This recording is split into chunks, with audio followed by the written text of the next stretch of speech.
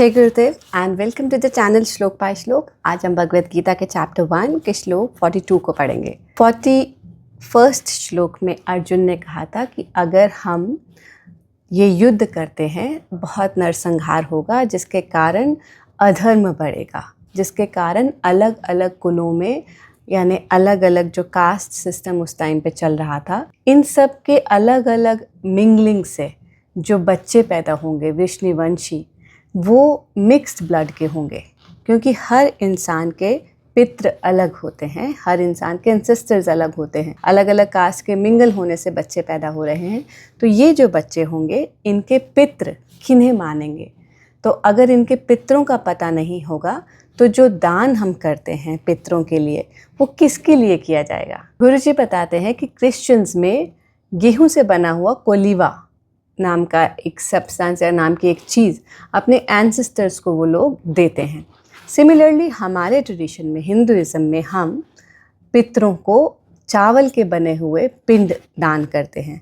उनके साथ हम पानी भी अपने पितरों को देते हैं, जिसे तर्पण कहा जाता है।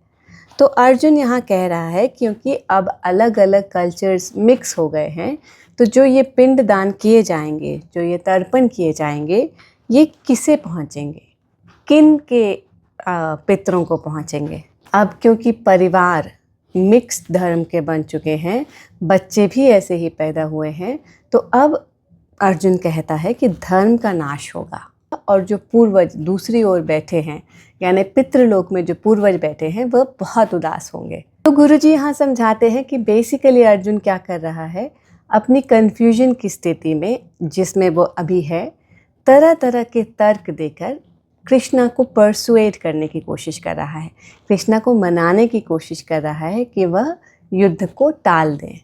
पहले उसने युद्ध में नरसंहार का पॉइंट उठाया कि इतने सारे लोग मर जाएंगे।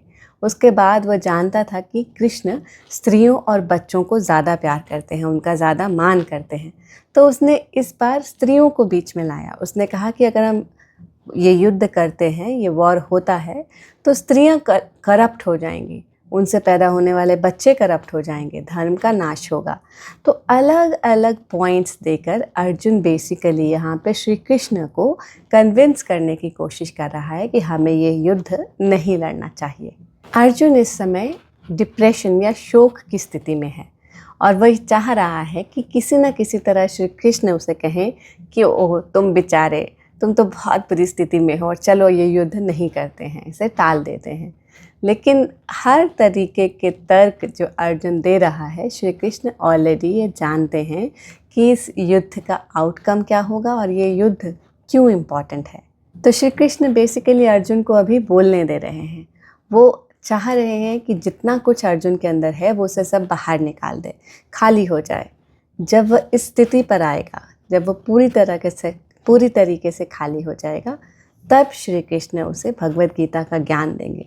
क्योंकि जब आप खाली होते हैं, खाली बर्तन में ही कुछ नया डाला जा सकता है, भरे हुए बर्तन में कुछ नया नहीं डाला जा सकता।